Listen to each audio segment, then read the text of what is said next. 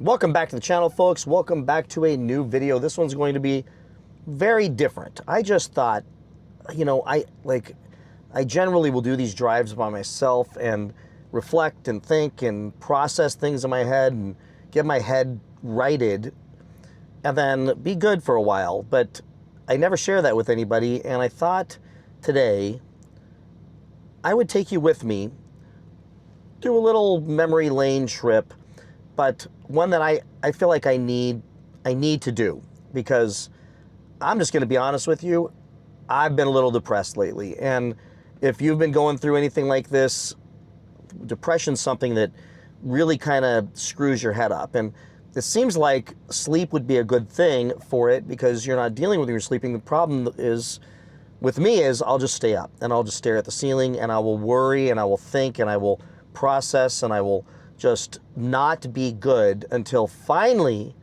my eyes open back up in the morning and I'm like, when the hell did I go to sleep? Last time I looked at the clock was 3 o'clock. And my channel's OC Motivator. And for years, I've been talking to you all about being motivated, doing smarter things, saving money on cars, not getting ripped off, making better financial decisions, all kinds of stuff. But I've never addressed this. And I thought, I'm going to do this. I'm going to take a chance. I'm going to go out on a limb and include you all in just a little story time, and a little walk through memory lane. And I am here, I'm going to start this video at my original elementary school, the first school in my memory I remember ever going to. And I'm going to share some things with you, but let's shut off the car. And yes, the Lamborghini helps a lot. And yes, people want to stop and always check out the car. And what's up, man? Good, how you doing? Yeah? Thanks, brother. I'm doing YouTube right now. Okay, I saw the GoPro. Say hi to everybody. How's it going, guys? Good, man. I'm doing a little motivational video. I grew up here. This is my first school I ever went to. And I lived around the corner when I was a kid. I live in Orange County now. And lost my dad recently. My head's all fucked up, so I'm just driving around doing some stuff, dude. And I do real estate also and all that stuff. But the car makes me feel better. All right? The car helps. Yeah, man. That's awesome. Now, you live around here? I do, yeah. I'm actually kind of trying to get the same story as you. Yeah? I live around here. I came here. This is my first school as well. Really? Yeah, so That's cool, dude. that's my dream car.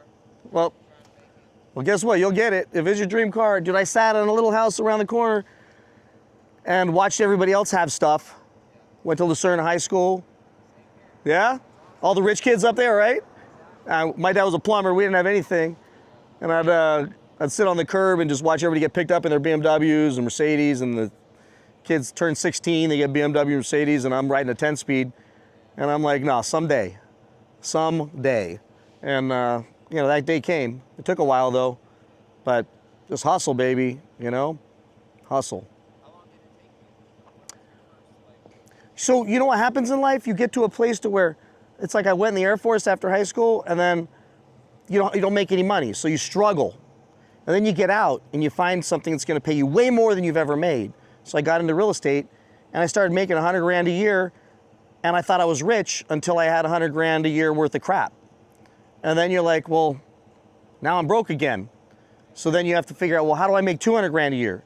And then you know what you do? You find people that can help you get there. You find inspirational people have already achieved it, humble people that have crawled through glass already, that will support you, get rid of all the friends that tell you you can't do it and beat you down and discourage you because they don't want you to leave them. And then I started making a couple hundred grand, and then it just kept going. And I don't know, I kept spending too. So then you keep wanting more. And then you get to a place to where, well, I can't really spend that much. And then you get a family, and you don't want to put them in on the streets. So then you become smarter. And then one day you decide you go through some stuff. My friend killed himself 4 years ago, one of my close friends. And my wife said, what are you looking at on the TV on my screen? She goes, I go, a Lamborghini, I want to get one day. She goes, well, when's one day gonna be? Why not right now? We have the money. So I went and bought the car.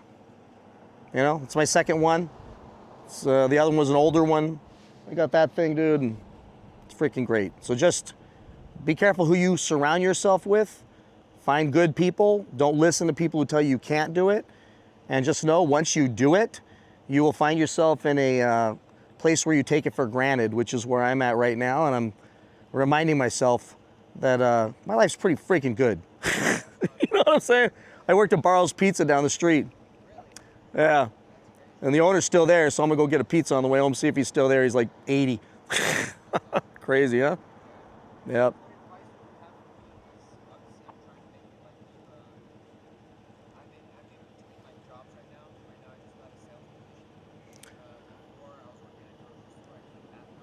Yep.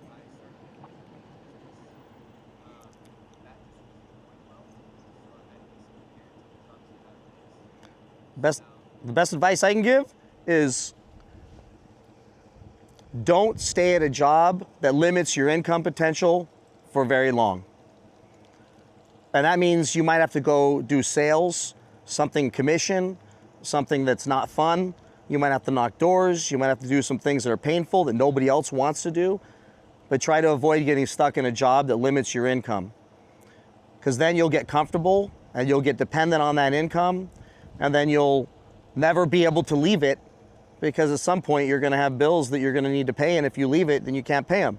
So you can't take a risk, can't take a chance. So either start your own business soon, but make sure it's a scalable business and not a business. A lot of these kids start these detailing businesses or wrap businesses and stuff, and the problem is they're not scalable. They're wholly dependent on them. So whatever it is, a product or service, make sure it's scalable, but don't get trapped in a job that's going to limit your income, unless it's a sales job where you can excel far beyond everyone around you and hit the ground running and just keep going and not have a ceiling. And then look for the next person that's gonna help open the door for you, because there's a whole bunch of older guys out there that will, because they see you wanting it, but you gotta want it. What's your name? Jacob. You gotta want it bad, brother. Check out my YouTube channel. It's OC Motivator. Yep. Mind if I give you my business card? Nah, go for it, dude. I'm not hopping this fence, though.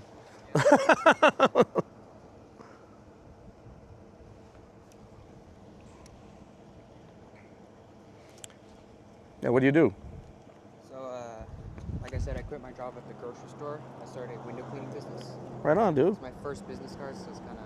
No, it looks good, man. Looks good. Do you have a detailer for your car? Or your cars? No, but I live probably too far away, dude. I'm in Anaheim Hills, Yorba Linda area. Okay. North I've done Ocean. work out there for window cleaning. Yeah? Yeah, so if you ever want your windows done, just give me a call. You have my information. Yeah, you got it, man. And then also, I'm trying to get detailing started. But Just remember, detailing it's one of the hardest scalable businesses. So many young guys are great at it, but then you hire people and your prices aren't high enough to pay them or to make you money, and then how do you scale it? I've told this, because what happens is, let's say you want to be my detailer, and I go, right on, dude. Every Saturday at 10 a.m., come over. Every customer is gonna want you every Saturday at 10 a.m. How do you do that? You gotta hire people, right? True. But you started your business charging, I don't know, $50 for a wash, $100 for a full detail, interior and out. And now you got to hire somebody and they want to get paid. Now you're making, $20, $30 a detail, and they do a shitty job, and you got to make it up for them because they're not you. So it's just really hard to scale. You can make money, but you never gone to a big giant house with a Lamborghini in its garage generally, and it's like, I'm a detailer. It's too hard. Yeah. You can make money now, but how do you scale that? That's what I've been thinking with the window cleaning. Yeah, you could scale that, right? Because you could teach people how to do that, and you can hire people to do that. Plus, you could charge businesses more money. Yeah, it's just car detailing. I would tell you, hey, come on over come over every Friday. But as soon as you get 10 customers who want you every Friday, it's going to come. How do you scale? Scalability is the number one thing, dude. What would you think about me detailing your car? Because I want to start detailing, but I want to join detailing with the window cleaning. Yeah. Kind of have those both in the same business. But I want to do luxury cars. It's just No, you come, I God. have a lot of passion for them, and Yeah. when I'm detailing them, it's crazy. Oh, you can come to my house. You can do all of our cars. They're a bunch of crazy cars. Okay. My wife's got a hot pink Defender. Okay. Daughter's got a hot pink Supra. And I've got a Dodge Challenger, Scat Pack, the Shaker Hood. Sick, dude. I love that car. And message me on Instagram, Okay. OC Motivator. Let me grab my. Yeah. my phone. Or I'll follow you back. Perfect. Perfect. What was your name? Brad. Brad. Yeah, send me a message, dude. We'll have you out and do them all. But Yeah. just don't get trapped doing detailing, dude. No, I won't. I just, like You'll I be- said, I want to yeah. do these kinds of cars and stuff. Pretty Yeah. passionate about them. Right on, brother. Awesome. Well, check out my channel. Awesome. You'll be part of this video. Nice meeting So you, I'm Brad. gonna go sit on the. I used to sit up there to wait for my mom to pick me up. I did the same thing right there against the pole, huh? Yep. I was Yeah. with my sister, playing around the poles, whatever. Is that crazy? Yeah, it is. Yeah, those gates weren't there. Like No. we used to be able to just walk in. Now the world's gotten crazy. Yep. Yep. The whole school's gated now. So, I remember that. Yeah, the first girl I ever made out with was in that hallway. After in one night, I rode my bike over here with her and I made out in the hallway. And, like you see this stuff, like that's what you think about, right? It's like, Yeah, yeah. holy moly, it's just craziness, man. It is crazy. Yeah. Life is crazy. Yeah, I was playing there. I remember wanting to be the cop. They had a little toy cop car and the cop hat and stuff. I wanted to be a cop. Thank God that didn't happen. I'm not that macho. I'm not that tough. Well, right on, brother. Well, great meeting you. You too. All right, man. Take care. You too, Brad. All right, so great meeting that dude. I'm gonna try to not make this video too long. So this is the first school I ever went to, and this was my little like preschool or something back in the day. I played on that playground. None of those gates were there. The world's gotten crazy, and I'd sit here, wait to get picked up. As I got older, elementary school, then went to middle school, which is the school after it. But anyways, I'm gonna get into this quick. So here's the deal. Here's what happened. My dad passed away in June, and a lot of you knew that, and I didn't talk about it much. But that really twisted my brain up. I mean, no matter what anybody says, I mean, losing a parent is not fun. Especially, I loved my dad. He was a tough guy, really tough on me growing up, but made me who I am today. And certainly my mom is a massive part of that as well. Thank goodness I still have her. She is my person, she is awesome, and I love her. But now there's only one half of that presence there, and dad's gone. So that's done a couple things to me. It's one, left a hole in my life, lost him, lost my sister in 2013, and she's younger than me, so that really screwed my head up. It was a drug overdose. I just really just screwed up things that took place. But while I process these things in my head, especially my dad, it's how could this happen? How could I be without him? But then I'm getting older. Time is flying. I'm gonna blink my eyes, and then next thing you know, I'm gone. And it really screws your brain up. Well, my brain tend to have a little OCD and overthink some things, and that's gotten in my head lately. So yes, I've been battling with a little bit of depression. Nothing that's gonna screw me up because I can get through anything. I'm a freaking soldier, man. I mean, but I'm also a human being, and these things really twist your brain up. So this last weekend was my wife's 50th birthday, and she looks amazing. I mean, I am, blessed. I mean, she's just an awesome human being, but she was having that same feeling, like I'm 50, oh my God, I can't believe this. And I'm thinking, whew, my wife's 50. Like, wow, how is this time going by so fast? So we had a huge party, and we went to an awesome restaurant in Beverly Hills. We did some really cool stuff. We had a huge party at our house. A lot of folks came over, a lot of my daughter's friends, but my close friend Enrique and Carmen came over. Enrique's like my brother. I mean, I am padrino to their daughter. I mean, we are as close to family as you can. If I could pick a brother, it would be him, and his wife, Carmen, would be my sister. I mean, I love these people more than anything. And she's got this very thick Spanish accent that she hates, but I love it. It's just so awesome when she speaks. She's this great voice, and she's very insightful, and she's tough. She's tough as my mother, who's also Spanish from Costa Rica, who strong backbone, and just an amazing, amazing person. But Carmen's standing there next to me while all these people are in my house, and we're having a blast. The music's playing, and we just hooked up this amplifier for all the ceiling speakers. I mean, it was like a nightclub. It was great.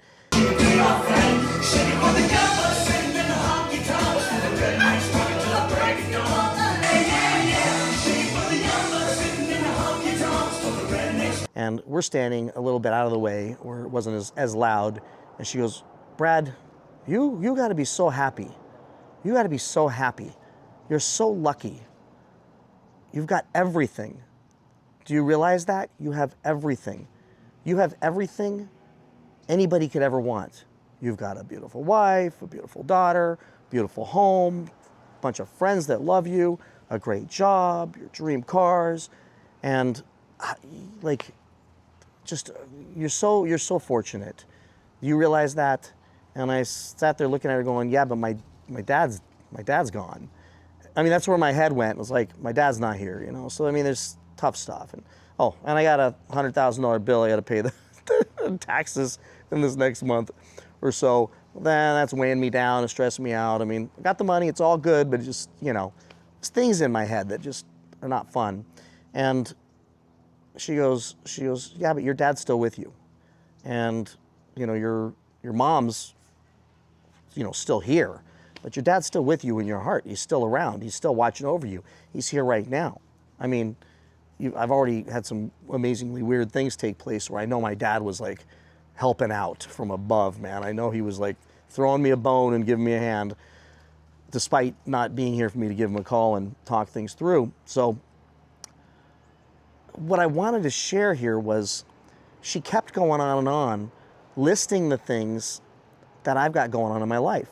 This big, beautiful home, this great family, and all this stuff. And financially, we're good, and great career, and all this other stuff. And I started to feel, one, uncomfortable that she was saying this to me, because I don't want her to think that, you know, well, yeah, I've got it made.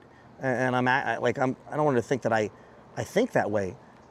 But it's like she knew that my head's been not good. And even at the party, I was just like, just processing that. How are we aging so fast? How many things, like all these, this time is flying way too fast. My daughter's 18, for God's sake. She's gonna go to college soon. I mean, these are things that just really just hit you and your you know, human frailty and mortality. But when she said all that, it started to sink in that, wait a minute, I shouldn't be ashamed of this stuff. I should be grateful. I should be happy. Why am I worried about things that aren't going to hurt me? Why am I sad? Why have I been depressed? Why am I staying up, staring at the ceiling, worrying about time going by too fast, and, you know, my daughter moving on, and my dad passing away, and, you know, just, am I doing a good enough job for my family, and all these things? Why am I screwing my head up like that? And I got to tell you, it's, you know, I thank Carmen for that, because I thought, what a crying little baby I've been. I've got everything. I've got more than I could have ever dreamt of having in my entire life. My insane, I don't know, selfishness got me to a place of, well, I don't have, you know, worried about thinking about things I don't have or I won't have, than appreciating things I have. And that happens. I think it happens to all of us, and it doesn't make us a bad person for that. It's just easy to get used to having the things you have and doing the things you do. And she pointed it out to me and gave me that perspective and a little reminder. And today I thought, you know what? I was literally passing the freeway or going down the freeway and not far from where I grew up. And I thought, I'm going to drive through my old neighborhood and just remind myself where I was when I used to dream about having the things that I have now, and wondering if I would ever have them and if I deserved those things, because we didn't have a lot of those things when I was a kid. So here I am. So the next part of this video, we're gonna drive right up the street and we're gonna go to my childhood home, and I'm gonna wrap this video up. Sorry it's a little long, but I think just the therapeutic aspect of this is something that maybe will help all of you. And if you're currently in a situation where things aren't good and you're going through tough times, just know those times will pass. You will be in a better place, and you will then take that place for granted and have to remind yourself, or have somebody like Carmen remind yourself. And then you're going to think, when you're looking at your car, that the worst thing that you have to complain about in life is this stupid damn leaf that gets stuck in my grill. grill. And I'm kidding about that, folks. But anyways, and you just got to realize life is good, and I'm really grateful. So let's go check out my old house. And it's just, to us, it was the biggest house in the world. And we didn't know, we didn't have, tons of money until I started going to high school and being cognizant of what rich people have. And then I was like, holy shit, how come we don't have this stuff? This is crazy. So let's go, we'll start this thing up. All right, go check out my childhood home and then wrap this video up. Few moments later.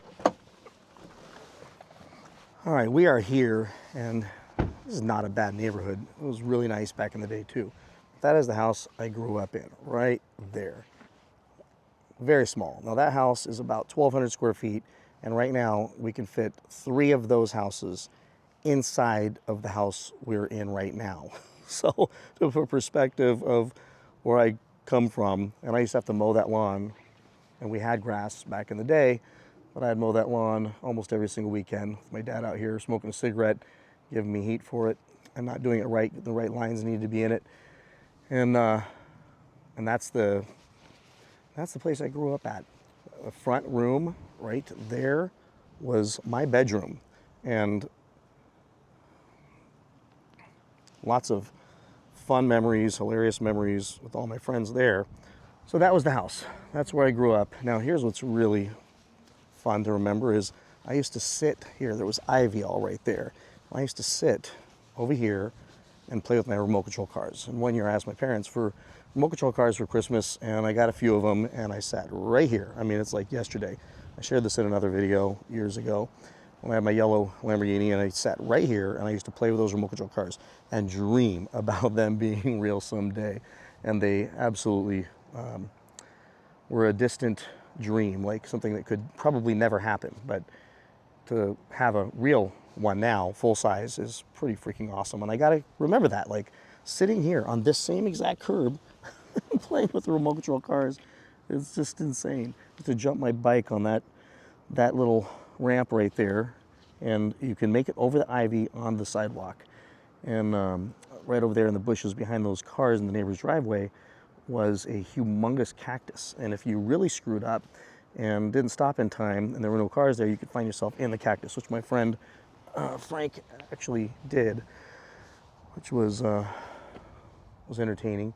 We used to jump off that wall with fake parachutes made out of sheets, and that wall was never leaning, and that's where I had to put the trash cans out, and again, get screamed at by my dad if I didn't do it. So, but this is it, and it's still not a bad neighborhood at all. It's clean, it's nice. There's some big houses in here, but overall, lots of phenomenal memories. So, coming back here gives me perspective that, listen, my parents did a great job. My dad worked really, really hard. Growing up in this house was probably the best experience that I could even dream of having. So I'm not complaining. But to think of the life I have now, the life my daughter has now, I think you have to get perspective. And I have to remember that and be appreciative and be grateful for where I'm at in my life right now, rather than take it for granted and find myself whining like a little baby in bed at night that it's, time's going by too fast, and maybe some bad thing's gonna happen, and my daughter's gonna move away and succeed in school. Like, why am I freaking sad about that?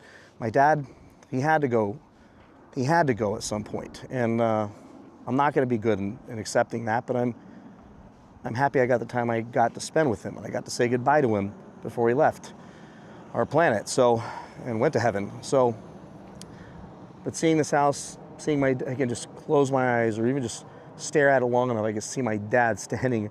That sidewalk was not there, it just went around. He'd stand right there on that corner like a perch and wait for me to come home too late at night to bust my chops and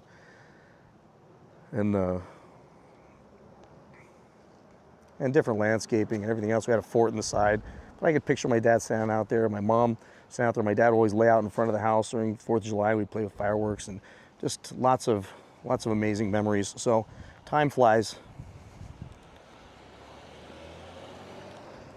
Time flies, folks. So sorry this video went a little long, but I just wanted to share with you all that we all battle with a little bit of depression, a little bit of sadness, a little bit of taking things for granted. And I think it's important sometimes just to go back to your roots and remember where you came from so that you can appreciate where you are today. And I absolutely do. I'm grateful, I'm thankful, and I'm gonna move forward more positive. And huge thanks to Carmen for pointing it all out to me in such a respectful, kind, and nice way, because she knew that I was, I'd just been struggling. Everybody knows that. I'm the guy that never shares any feelings, but, they know it's happening. They know it's just been a tough year. So with that, everybody, please like, subscribe. I don't know what channel this is going on. And comment, share your thoughts and feelings in the comments below, and hopefully this video helps you. But sometimes it's all about perspective. It's all about never forgetting where you came from. It's all about being humble, not letting your head get too far into the clouds. And that's where I'm at right now. See you all in the next one. Take care. Bye-bye.